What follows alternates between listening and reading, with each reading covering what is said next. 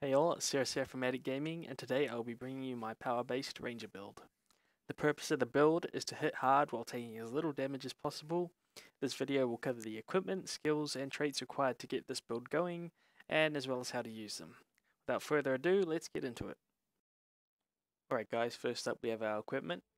The stats we're after are berserker stats. We essentially want all pieces, including accessories, to be berserkers as well. Our weapon sets are the longbow for the main and a sword and warhorn for our offset. The sigils we use in the longbow are the sigils of accuracy and air. The accuracy sigil allows us to maintain a higher crit chance, which is vital for our build, as it makes our pet stronger through companion's might and allows our long shot to crit more often.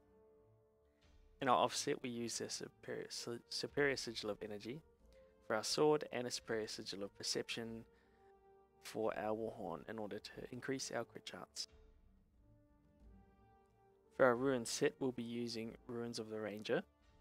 Ruins of the Ranger provide us with additional crit and crit damage, as well as a damage boost when our pet is alive that allows us to maintain huge pressure using our longbow. That's it for the stats. Let's move on to the skills.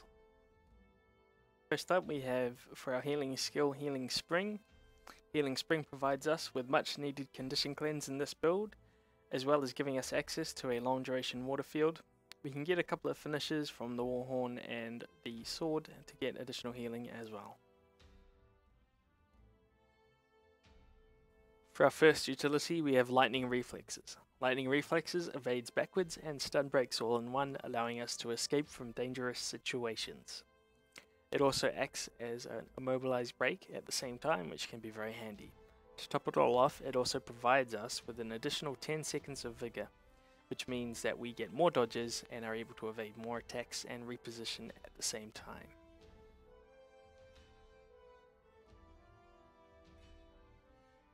Next up we have Signet of Renewal. Signet of Renewal provides us with a passive condition clear, which is much needed on the ranger. The active effect will transfer all conditions from your allies and yourself to your pet, and also provide you with a stun break at the same time, making it very useful in rebalancing the fight. Another more risky alternative that you can go is Muddy Terrain. Muddy Terrain can be great for controlling the position of your enemy, but is more risky as you are down some condition cleanse and a stun break.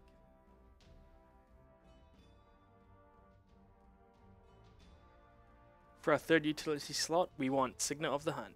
The main thing we want from Signet of the Hunt is its 25% movement speed increase, to allow us to keep distance from our target. Also, this allows us to rapidly reposition at the same time. The active effect doesn't really benefit us that much, as we don't have Signet of the Beastmaster, so we're not gaining anything from it, only our pet is. And we also lose the active effect when we activate it, which is a bummer, because we don't really have too much swiftness in this build.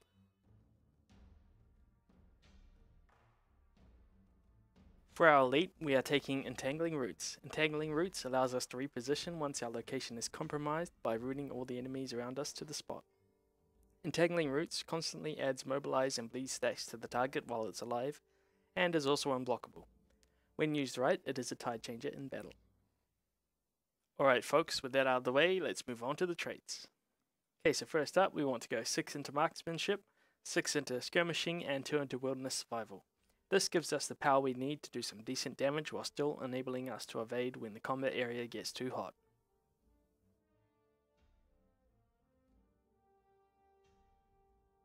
For our first minor trait in the marksmanship line, we have Opening Strike. This allows our first hit in combat to apply vulnerability to the target, and due to synergy with other minor traits, it will also always be a critical strike.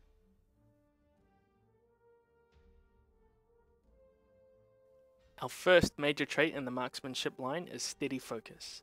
Steady Focus gives us a solid 10% damage boost while our endurance is full, allowing us to get some great damage in while our enemy is at a distance, as we don't need to use our endurance until they have become a threat. Overall, it's a decent trait to have. Our next minor trait is Alpha Training. It's a very simple trait that provides our pets the ability to also perform an opening strike, allowing us to dish up to 10 stacks of vulnerability at the start of combat, so we can really put some damage in early. Our master major trait for the marksmanship line is Eagle Eye. Eagle Eye increases all of our longbow skills by 300, and it increases the damage by 5%.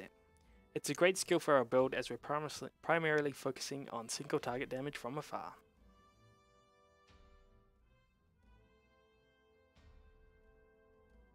Our Grandmaster minor trait is Precise Strikes. This is a simple trait which makes our opening strike a guaranteed crit.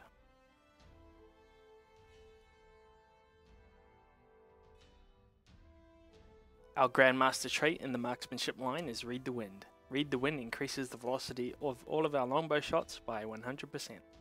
This trait has excellent synergy with our master trait Eagle Eye due to the fact that the extra range added means we're hitting targets as far away as 1900, which is a massive boost for long range combat. It also means it now becomes very hard to miss with the longbow when firing at max range, unlike before when it was very hard to hit a moving target outside of max range due to the failures in the movement prediction system for projectile attacks. This in turn makes the longbow excel at long range combat, which was the intention of the weapon in the first place. For our first trait in skirmishing, we have Tailwind. Tailwind is a minor trait which grants us 5 seconds of swiftness every time we weapon swap. The major adept trait we take in skirmishing is Pet's Prowess. Pet's Prowess gives our pet a 30% crit damage increase, which is great as it makes our pets able to put the hurt on. For our minor master trait we have Furious Grip. Furious Grip grants us 5 seconds of fury every time we weapon swap, which isn't too bad. If we start combat on a longbow, fire a shot, and then swap back before it hits, as soon as it hits, we can then swap back again to the longbow and gain that 5 seconds of fury. So we have 5 seconds of fury at range with the longbow at the start of combat, which is pretty good. Our master major trait in skirmishing is Companion's Might. Due to our extremely high crit chance in this build and our many multi-hit abilities, we can rapidly build might for our pet, which in combination with Pet's Prowess allows our pet to deal some massive damage as it rapidly gains 25 stacks of might.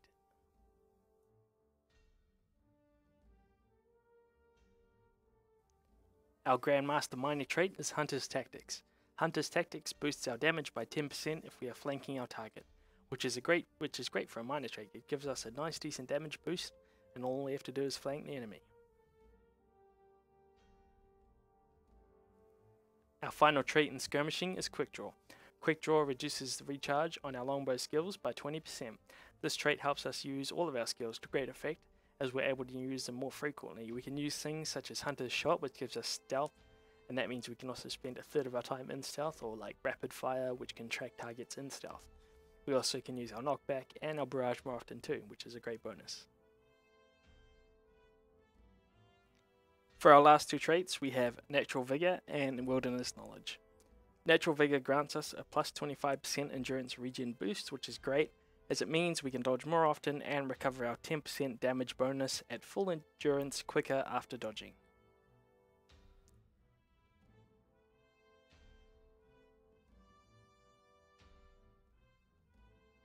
Wilderness Knowledge reduces the cooldown on survival skills, which means we can use Lightning Reflexes more often, which is fantastic as Lightning Reflexes is a great skill. We can also use our Entangling Roots more often, and also if we choose to take Muddy Terrain, the cooldown on that is lowered too. Okay, so there's the traits. Let's move on to the next section. Before we move into some combat footage, let's first talk about the weapon skills we have available and our pets. The pets I like to bring along on most occasions are the Owl and the Snow Leopard. They both do some great damage and can slow down the enemy with their F2 abilities, which actually hit twice, so they do some pretty big damage as well when you hit with them. For the longbow, we have first up Long Range Shot. Long Range Shot is our bread and butter skill. It provides us with our main source of damage and can destroy targets that don't react to its threat in time. With the added traits, it allows us to deal death from afar even to moving targets, when they are beyond the listed 1500 range of most of our skills. This is due to the added projectile velocity compensating for the errors in movement prediction on projectile attacks, and the extra range normally provided to them due to those errors. Next up we have Rapid Fire. Rapid fire is a great skill for when the target goes under the 1000 unit range of long range shot. I try to save mine for targets that go into stealth, as it's great for activating just before they go into stealth, as it will track them as they're moving across and get you ready for when they pop out of stealth. Next up we have Hunter's Shot. Hunter's Shot provides us with 3 seconds of stealth when it hits the enemy and grants our pet 10 seconds of swiftness. With the added trait, it also has like a 9-second cooldown, so you can stay in stealth for a third of the time in a fight. It's good for repositioning and also escaping when things get too hot. Our number 4 skill for the longbow is Point Blank Shot. It's a low cooldown knockback which we can use for interrupting vital enemy skills and also creating some distance between us and the enemy. Works great when you follow it up with Hunter's Shot, as you can knock them back so they're away from you, go into stealth and reposition further, just creating some more confusion in the fight for the enemy. Our 5th skill, Barrage, provides us with some awesome area denial ability. It's great for when targets try to get into melee with us, as we can hide behind a curtain of arrows, and also works great in choke points too, as the enemy has no choice but to go through them. For our second weapon set, we have the Sword and Warhorn. The first skill in it is the auto attack chain, which does some good damage, but it locks you into position, so you must be wary, as you can't evade and also move while using this ability. For our number 2 skill, we have Hornet Sting and Monarch's Leap. It's a 2-part skill which will first off evade backwards, and then it will dash forwards as a leap. What you can do with this skill is evade back in the direction you want to move, and then change direction mid-flight, and then use the leap to move wherever you want to. At the same time, it's a great overall skill, as it's got a very low cooldown and an evade attached to it as well, and it's great for repositioning too. In our 3rd slot we have Serpent Strike. Serpent Strike does an evasive roll to the right of the enemy in front of you. It's excellent for buying a moment of time to think about your next move and avoiding damage. Our number 4 skill, Hunter's Call, summons a swarm of hawks to attack the target over a few seconds. Due to its high hit count, I recommend not using it against targets with retaliation on them, otherwise you'll end up killing yourself. Although another side effect of having the high hit count is that when it's combined with our high crit chance, we'll end up critting them for most of the attacks in it, so you'll give your pet probably about 14 to 16 stacks of might in total, which is amazing. It means your pet's just going to be hitting really hard when you've got that skill going. For our final skill we have Call of the Wild. Call of the Wild gives us a decent boost to Fury, Swiftness and Might, and it's also a blast finisher. This means that we can use it in combination with Healing Spring to provide some AoE blast heals. Okay, so the aim of this build in combat is to keep the enemy within your maximum effective range of between 1000 to 1900 units. This will allow you to wear the targets down with ease while receiving very little damage in response from the enemy. I'll put in some more combat footage here so you can see the build in action. Just one more thing I'd like to add, don't be afraid to change out some of the traits, as you can swap out things like Read the Wind and Eagle Eye in order to get Spotter and Signet the Beastmaster. If you do that while using the sword as your main damage source in order to get greater damage, then you can do that. You just have to adapt, because being able to adapt as you go along will help you in greatly overcoming any situation.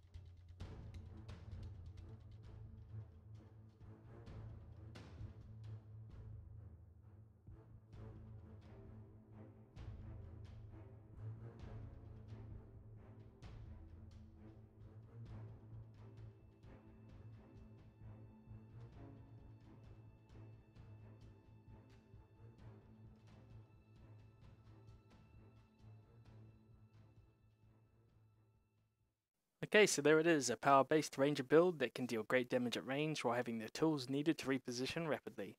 If you have any questions, please leave them below in the comments. Also, if you have any build requests that you would like to put in, please leave them in the comments too. If you enjoyed this build, please like, favorite, and subscribe. Once again, thank you all for watching everyone, and I'll see you next time.